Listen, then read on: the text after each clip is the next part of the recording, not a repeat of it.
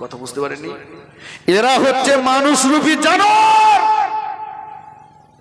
আমি বলিনি, আল্লাহ বলেছে উলাইকা কাল আনআম, এরা হলো চতুষ্পদ জানোয়ারের সমতুল্য। পরে আল্লাহ বললেন বালহুম আদাল, এরা জানোয়ারের থেকেও নিকৃষ্ট। এদের মরণের পরে গোটা পৃথিবীর সব হুজুররা এসে যদি ওর কবরের পাশে বসে বসে কাঁদে, ওর কবরে দাও দাও করে আগুন জ্বলবে, ওর আগুন জ্বলা বন্ধ হবে না কবরে। কারণ মা বাপ খুশি তো আল্লাহ খুশি, মা বাপ অসন্তুষ্ট তো আল্লাহ অসন্তুষ্ট। মা বাপ যাদের বেঁচে আছে, মা বাপের সেবা করো, মা বাপের কাছ থেকে দোয়া নাও। কার দোয়া নিচ্ছ তুমি? কার দোয়া? হুজুরের দোয়া কবুল হতেও পারে, নাও পারে, গ্যারান্টি নেই। কিন্তু মায়ের দোয়া, আল্লাহর আরশে আজিমের মাঝখানে কোনো পর্দা থাকে না, ওই দোয়াটা আল্লাহ পাকের দরবারে কবুল হয়ে যায়। জোরে বলো। পীরের দোয়াটাকে ওভারটেক করে মায়ের দোয়া আরশে আজিমে যে ধাক্কা মারে।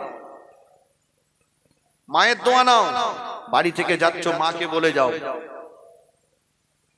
মা যার নেই তার পাহারাদার নেই। ঠিক কিনা বলে? দেখবেন, পরীক্ষা করে নেবেন। বাড়িতে 10টায় ঢোকার কথা, প্রতিদিন 10টায় ঢোকেন, আসেননি, সবাই ঘুমিয়েছে, মা ঘুমায়নি। বারবার জিজ্ঞেস করেছে, বৌমা কচি বাড়ি আসেনি এখনো? বৌমা ছেলে বাড়ি আসেনি এখনো?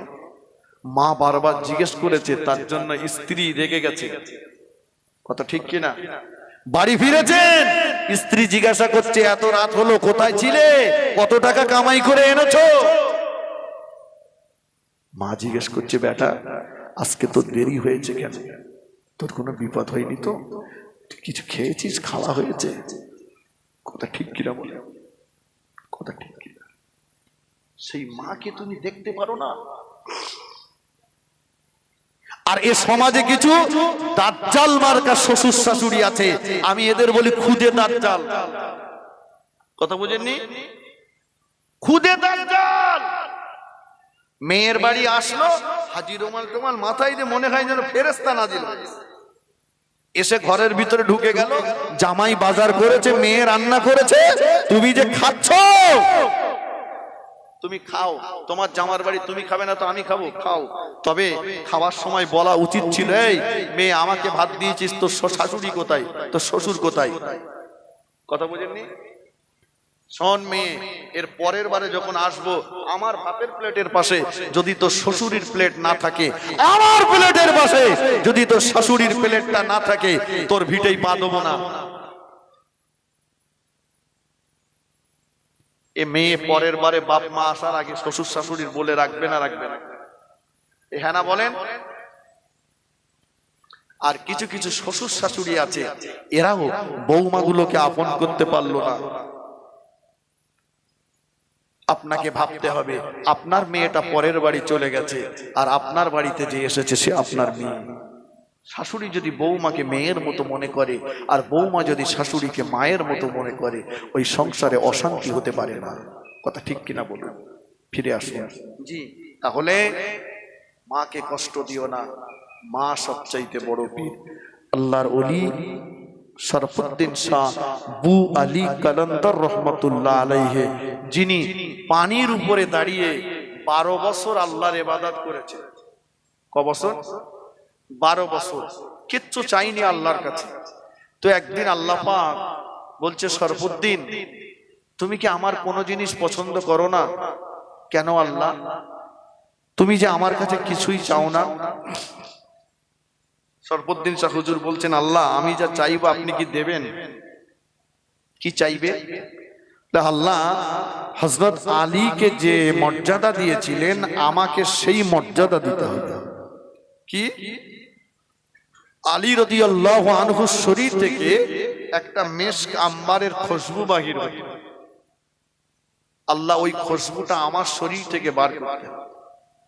আল্লাহ পাক শরফুদ্দিন শাহ হুজুরের দোয়াটাকে কবুল করে নিয়ে হুজুরের শরীর থেকে আল্লাহ পাক ওই খুশবু বার করতেন। জোরে বলুন।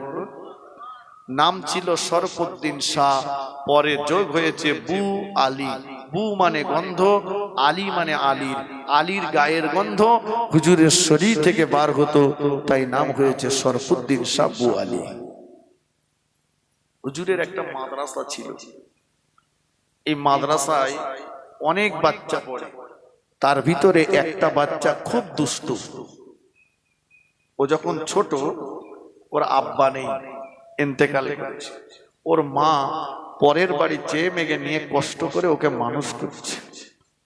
ও দুষ্টুমিতে মহল্লাবাসীরা অতিষ্ঠ, বারবার হুজুরের কাছে নালিশ দেন। হুজুর ওকে যতবার বলেন ততবারই ও দুষ্টুমির মাত্রা বেড়ে যায়, কমে না। মহল্লাবাসীরা একদিন দলবদ্ধভাবে এসে বললেন, হুজুর হয় ওই ছেলেটাকে মাদ্রাসা থেকে তাড়িয়ে দেন, তা না হলে মাদ্রাসাটা বন্ধ করে দেন। আল্লাহর ওলি মনটা খারাপ হয়ে গেল, এই ছেলেটার জন্য বারবার নালিশ। আল্লাহ, আগামীকাল সূর্য ওঠার আগে ছেলেটাকে আপনি দুনিয়া থেকে তুলে নেন। কথা শুনতে পাচ্ছেন? বদদোয়া করে দিয়েছেন ওস্তাদ। বাবা দুষ্টু হলেও মনটা খারাপ হয়ে গেল। মাদ্রাসায় ছুটি হয়ে গেছে, সবাই বাড়ি চলে যায়, ও বাড়ি যায় না, রাস্তার ধারে দাঁড়িয়ে ফুপড়ে ফুপড়ে কাঁদছে। সন্তান কানা হোক, অন্ধ হোক, বোবা হোক, কালা হোক, খোড়া হোক, মায়ের কাছে সোনার মালিক। ঠিক কিনা বলে? সন্ধ্যা হয়ে গিয়েছে, জনম দুঃখিনী মা এখনো বাড়ি আসেন না। ছেলে চিন্তায় চিন্তিত হয়ে পড়েছে। জনম দুঃখিনী মা ঘর থেকে বার হয়েছেন। কচি রে সোনার মানিক রে, কচি রে সোনার মানিক রে। ছেলে ডাকে সাড়া দিয়েছে, আম্মা জান, ও আম্মা জান, সন্ধ্যা হয়ে গিয়েছে বাবা, এখনো কেন বাড়িতে আসলি না? ছেলে জবাব দিচ্ছে, আম্মা জান, আজকে দিনে আমি আর বাড়ি যাব না। কেন বাড়িতে আসবি না বাবা? আম্মা জান, জামানার আল্লাহর ওলি সরফুদ্দিন সাহেব ওয়ালি আমার উস্তাদ আমার জন্য বদদোয়া করে দিয়েছে, আগামীকাল সূর্য ওঠার আগে আমার ইন্তেকাল হয়ে যাবে, আমি মারা যাব, মরে যাব মা। আমি হলাম আপনার একমাত্র কলিজা টুকরা সন্তান। ও আম্মা জান, আপনার কোলের কাছে যদি আমি ইন্তেকাল করি, আপনার চোখের সামনে যদি আমি ইন্তেকাল করি, মানুষ হয়ে মা হয়ে ধৈর্য ধারণ করতে পারবেন না মা, সবর করতে পারবেন না মা। এজন্য আজকে দিনে আমি আর বাড়ি যাব না মা। জনম দুঃখিনী মা কাঁদতে কাঁদতে ছুটে ছুটে এসে সোনার মানিককে জড়িয়ে নিয়ে মুখে চুমা দেয়, বুকে চুমা দেয়, মুখে চুমা দেয়, বুকে চুমা দেয়। সোনার মানিককে নিয়ে জনম দুঃখিনী মা বাড়িতে চলে গেল। সোনার মানিককে রেখে দিয়ে 2 রাকাত নামাজে দাঁড়িয়ে গেল। আনতা আবুদাল্লাহ কান্নাকা তারাহু, তা যদি তোমার মনে না হয়, তুমি এটাই মনে মনে করবে রব্বুল আলামিন আল্লাহ পাক তিনি যেন তোমাকে দেখতে পাচ্ছেন। আল্লাহ নবী বললেন, আসসালাতু মিরাজুল মুমিনিন, নামাজ হলো মুমিনের জন্য মেরাজ।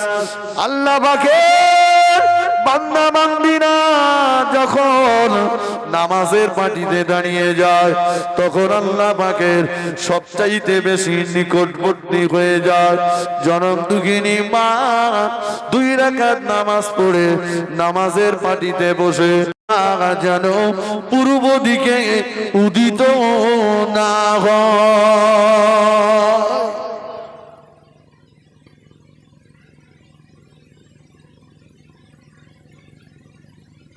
ঘন্টার পর ঘন্টা চলে যাচ্ছে, মানুষ কতক্ষণ শুয়ে থাকবে, পিঠ ব্যথা করছে। আল্লাহর ওলি শরফুদ্দিন চাপু আলী কালন্দার হুজুরের কাছে হাজির। হুজুর আপনি বলেছিলেন সূর্য ওঠার আগে ছেলে মরে যাবে। ছেলে মরা তো দূরের কথা, সূর্যই ওঠে না। আল্লাহর ওলি কাশ ভালোতে বসলেন, চোখ দুটো বন্ধ করে বসলেন। বেশ কিছুক্ষণ পরে চোখ দুটো আলগা। ও আল্লাহবাসীরা, ও আমার গ্রামবাসীরা, চলো চলো সবাই মিলে ওই দুষ্টু ছেলেটার মায়ের কাছে চলে যায়। আমি শরফুদ্দিন শাহ বোয়ালি কারান্দাগ, আমি দোয়া করেছি, ওর মা ওর জন্য দোয়া করেছে। আমার দোয়াটাকে ওভারটেক করে ওর মায়ের দোয়াটা আল্লাহ পাকের আরশে আজিমে যে ধাক্কা মেরেছে। সবাই দলবদ্ধ ভাবে জনম দুঃখিনী মায়ের কাছে চলে গেল। ও মা, জনম দুঃখিনী মা, আল্লাহ পাকের কাছে দোয়া চান, আল্লাহ পাক যেন সূর্যকে পূর্ব দিক থেকে উদিত করে দেন। আমার দোয়া আমি আল্লাহ পাকের কাছে চাইছি, মাগফিরাত কামনা করছে। আল্লাহর ওলি আল্লাহর কাছে মাগফিরাত কামনা করলে জনম দুঃখিনী মা দুটো হাত তুলে কাঁদতেছেন। আল্লাহ পাক আপনার ওলি বান্দা মাহবুব বান্দার ইজ্জত সম্মানের খাতিরে সূর্যকে আপনি পূর্ব দিক থেকে উদিত করে দেন, দুষ্টু ছেলেটার হায়াত বানিয়ে দেন। জনম দুঃখিনী মায়ের দোয়াটা আল্লাহ পাকের দরবারে কবুল হয়ে গেল। আস্তে আস্তে পূর্ব আকাশটা ফর্সা হয়ে যায়। কালে যে দেখতে পাওয়া গেল এই ছেলেটা অন্য কেউ নয়, দিল্লির জমিনে যার মাজার আল্লাহর ওলি হযরত পীর বাকি বিল্লাহ রহমাতুল্লাহ আলাইহি। জোরে বলুন সুবহানাল্লাহ, আর একটু জোরে বলেন সুবহানাল্লাহ। আল্লাহুম্মা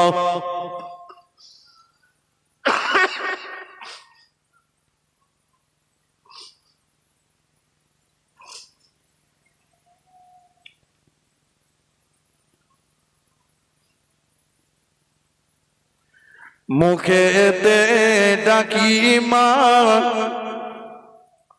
আর বুকেতে রাখি মা, মাগো তুমি আমার জান কোনদিন ভুলো না। মুখেতে ডাকি মা আর বুকেতে রাখি মা, মাগো তুমি আমার জান কোনদিন ভুলো না। 10 মাস 10 দিন গর্ভে রেখেছিলে যে ধরে, বহু কষ্ট করে ও মা ভুবনে পাঠালে। সেই মায়ের আঁচলে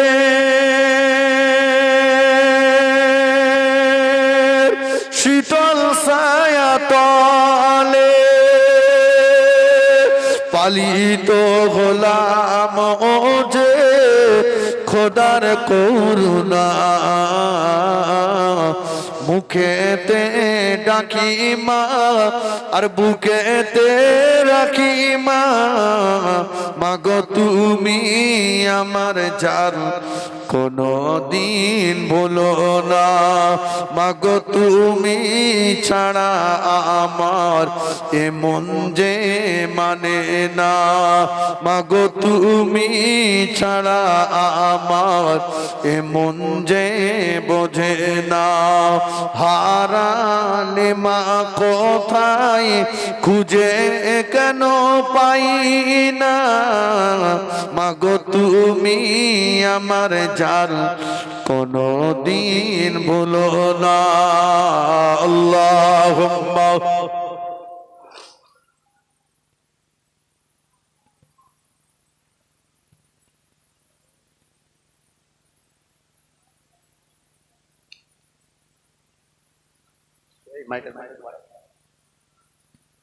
আসুন আর আগাবো না, এবার ফিরে আসি। কি বলেছিলাম? আল্লাহ রসুলের জুব্বা মোবারক পেয়েছে ওয়াইস কুরুনি। মায়ের কথা শুনে বাড়ি এসেছিল, রসুলের সঙ্গে সামনাসামনি দেখা হয়নি, তাই তো নাকি? জি। তো এই ওয়াইস কুরুনির কাছে সংক্ষেপ কথা, ওমর রাদিয়াল্লাহু আনহু আলী কাররামাল্লাহু ওয়াজহাহু জুব্বাটা দিতে গেলেন।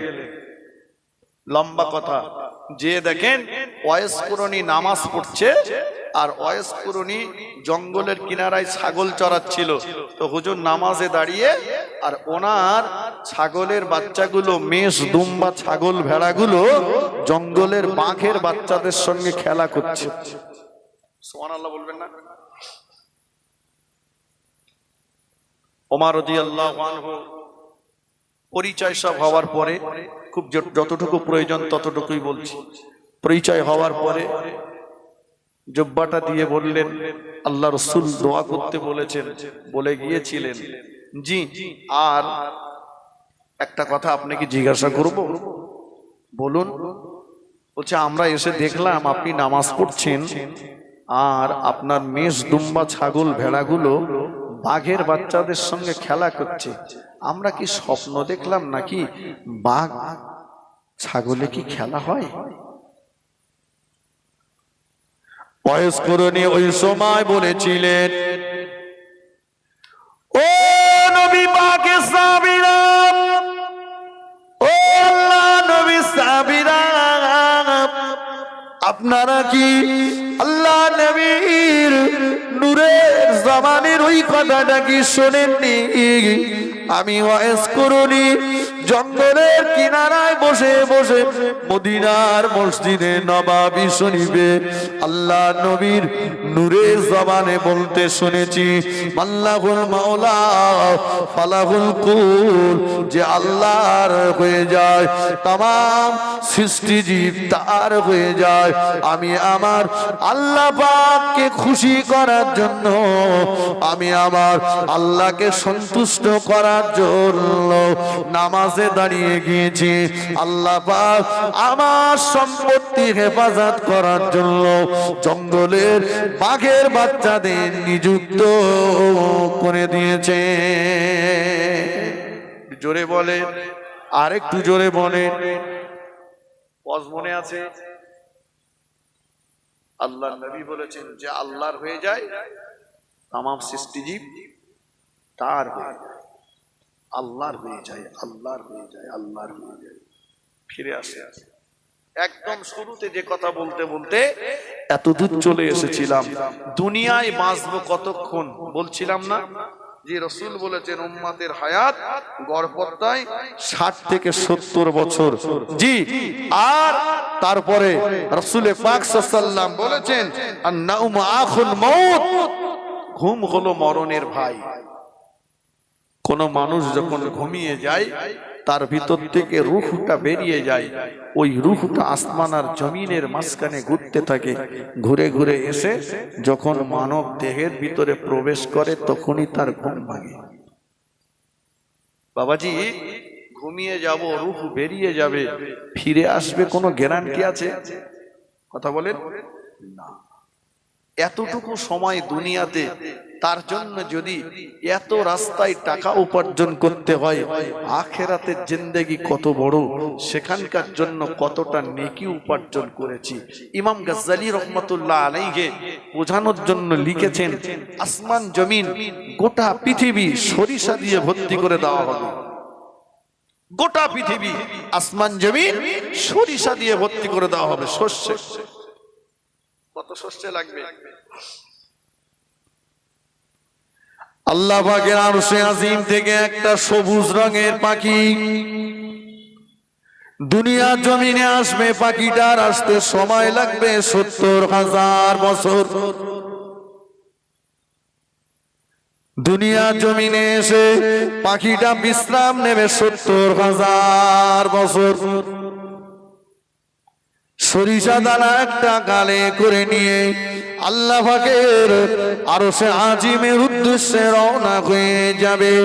সময় লাগবে 70,000 বছর। সরিষা দানাটা রেখে দিয়ে পাখিটা বিশ্রাম নেবে 70,000 বছর।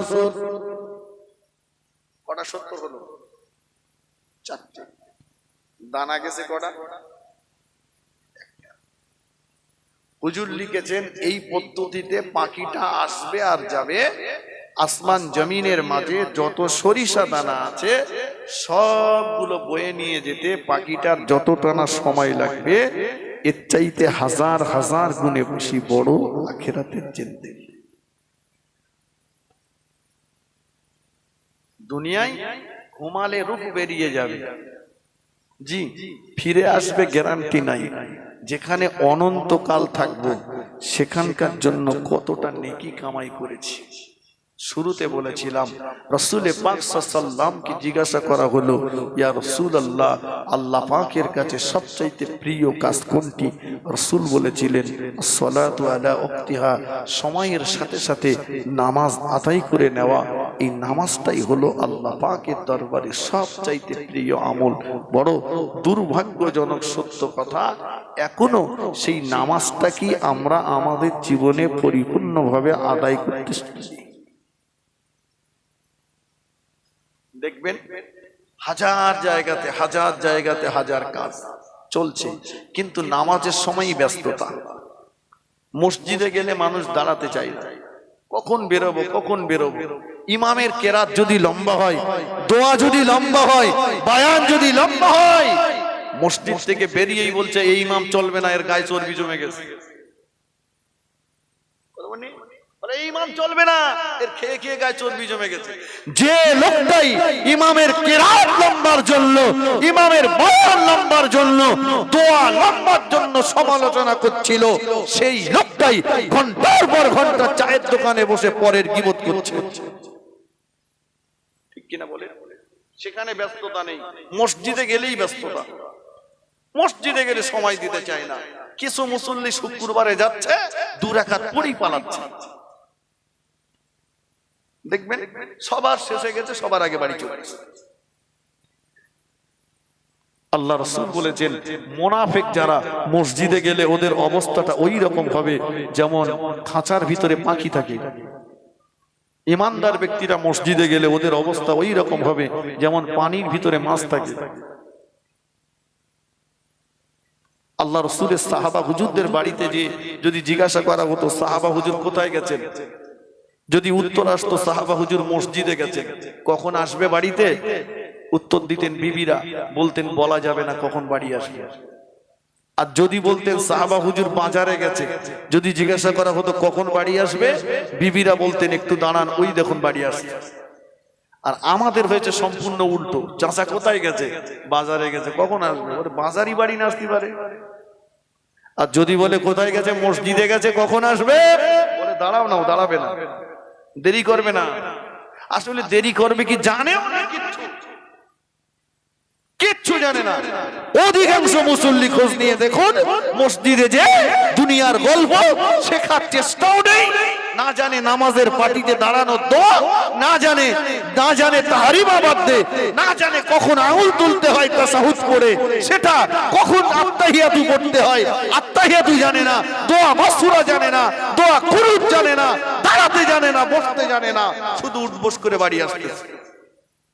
শেখার চেষ্টা নেই, শেখার চেষ্টা নেই। শেখার চেষ্টা যদি থাকতো সময়টা মসজিদে দিত, চায়ের দোকানে দিত না। আজকে দুর্ভাগ্যজনক সত্য কথা, আমাদের ঘরের ছেলেরা যতটা না সময় মসজিদে দেয়, যতটা না সময় মাদ্রাসায় দেয়, যতটা না সময় ধর্ম শেখার জন্য ইমাম সাহেবের কাছে দেয়, এরা তার চাইতে বেশি সময় পার্টি অফিসে আর চায়ের দোকানে দেয়। কথা সত্য না মিথ্যা?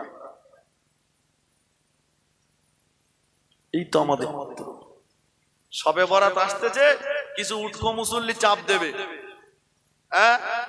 আর রমজান মাসে তো মসজিদ ভর্তি, রমজান মাসে একটা মসজিদ মাশাআল্লাহ। কিছু মুসল্লি আছে সবে বরাতের দিন রাত্রে মসজিদে একদম উপর তলা নিচের তলা সব ভর্তি। ওদেরকে খোঁজ নিয়ে ডাকেন, এই ফজরের নামাজ পড়েছিস? না। জোহর পড়েছিস? না। আসর পড়েছিস? না। মাগরিব পড়েছিস? না। শবে বরাতের নামাজ কি ফরজ? কথা বলেন, ফরজ না। ও ফজর জোহর আসর মাগরিব কিচ্ছু পড়িনি, ও নফল নামাজে এসে ভিড় করছে।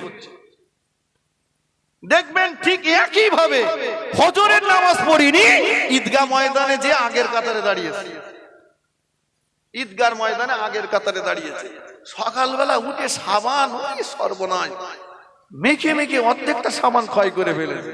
কেন? বলছে আজকে ঈদি যাব, সাবান ঈদি যাবে, সাবান মেখেছে। ওর হাত দুটো উঁচু করে দেখেন, বগলের নিচেটা আফ্রিকার জঙ্গল। ও মনে করেছে সাবান মাখলে শরীর পরিষ্কার হবে।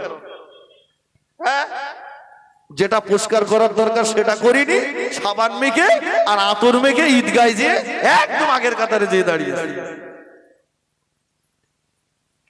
আশ্চর্যজনক কথা ভাইয়েরা আমার। এবারে 2-4 রাকাত নফল নামাজ পড়ে ফজরের নামাজ আর হবে না, বলতে চল গাড়ি রেডি, ইঞ্জিন ভ্যান রেডি, নারাই তাকবীর, চল। সারা জীবন বাপ মারে ভাত দিলে না, বাপেরে বাপ বলে ডাকে না, মারে মা বলে ডাকে না। ওরে শবে বরাতের রাত্রি তোর দোয়া কবুল হবে না, তুই বাপ মার কাছে দিয়ে ক্ষমা চা। ও সেখানে ক্ষমা না চেয়ে চলে যাচ্ছে হুজুরির মাজার জিয়ারত করতে। আমি মাজার জিয়ারত করতে নিষেধ করছি না, আমার কথাটা বুঝুন। আমি আগেই বলেছি, বড় পীর তোমার বাপ আর মা, তাদের সঙ্গে আলাপ নেই তোর মাজার জিয়ারত করতে যেতে বলিস কেডা? তাদের কাছে যে মাপ চাও, ক্ষমা চাও। মা বাপ চলে গেছে, তাদের কবরের পাশে যাও, তাদের কবরটা জিয়ারত করো। ভাইয়েরা আমার, এ রাতটা হালুয়া রুটি খেয়ে ঘুমানোর রাত নাই, এ রাতটা শুধু বোমবাজি মোমবাতি আর ধূপবাতি জ্বালানোর রাত নাই, এটা খাস ইবাদতের রাত, কান্নার রাত, কান্নার রাত। রাসূল বলেছেন, জি আল্লাহ রাসূল বলেছেন, রজব মাস হলো ইবাদতের বীজ বপন করার মাস, শাবান মাস হলো ওই বীজে পানি ছেচন করার মাস, রমজান মাস হলো ফসল কাটবার মাস। ফালইয়াদহাকু কালিলা ওয়া লিয়াবকু কাসীরা। বান্দা হাসো কম, কাঁদো বেশি, কাঁদো কাঁদো কাঁদো। কানতে কানতে দুনিয়ায় এসেছো বান্দা, কান্নার কথাটা ভুলে যেও না, কাঁদো। কেঁদেছে যারা, পেয়েছে তারা। যে চোখ দিয়ে জাহান্নামের ভয়ে পানি পড়েছে, ওই চোখ দুটো, যে চোখ দুটো শাস্তির ভয়ে পানি ফেলেছে, ওই চোখ দুটো আল্লাহ জাহান্নামের আগুনে দেবেন না। জোরে বলুন সুবহানাল্লাহ। তওবা করুন, তওবা করুন, খাঁটি তওবা করুন।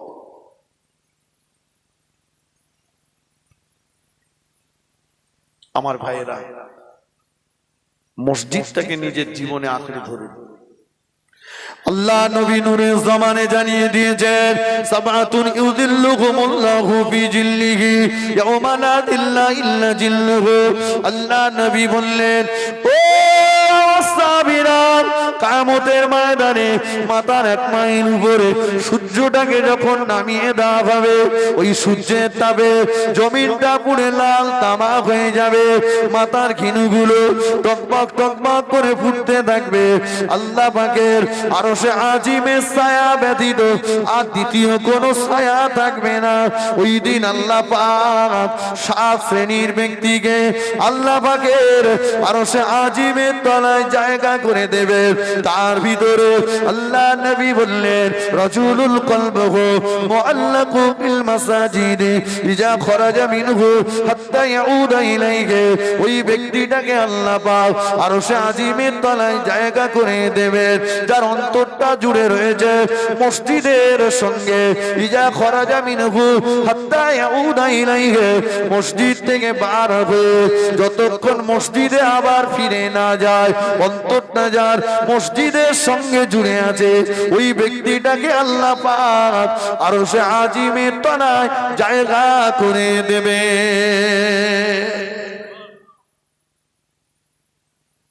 আমার যেন ভুল বুঝবেন না, আমি বলিনি যে মসজিদে দিয়ে জামা কাপড় নিয়ে শুয়ে থাকেন।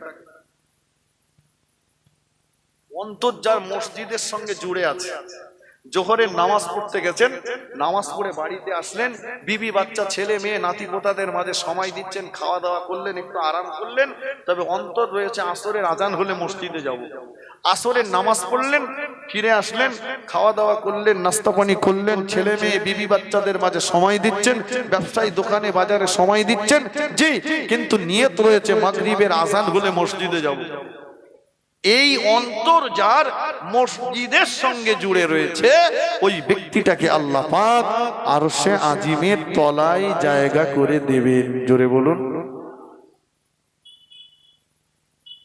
আপনি ঘর বাড়ি বিবি বাচ্চা সংসার জীবন সবকিছু করবেন, তারপরে আল্লাহর ইবাদত করবেন। এজন্যই তো আপনার আমার ফ্যাসিলিটিটা অনেক বেশি রয়েছে। জি, নামাজকে বাদ দিয়ে যত টাকাই আপনি উপার্জন করেন না কেন, টাকাই বরকত হতে পারে না, পারে না, পারে না। শেষ কথা, বক্তব্য ছাড়বো। আল্লাহ রসুলের কাছে একজন আসলেন, এসে বলছেন, ইয়া রাসূলুল্লাহ, আমি অনেক টাকা উপার্জন করি, সংসারে বরকত হয় না, একটা তাবিজ দেবেন। নবী বললেন, তোমার বাড়ির দরজায় কি পর্দা লাগানো আছে? না।